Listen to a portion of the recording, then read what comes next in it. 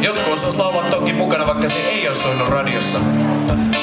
Tää biisi on soinut radiossa 10 vuotta ja sen takia mä tiedän, että se on ärsyttävää, mutta silti rupee hyppyyttää ja vedättää teitä ja haastaa teidät laulamaan.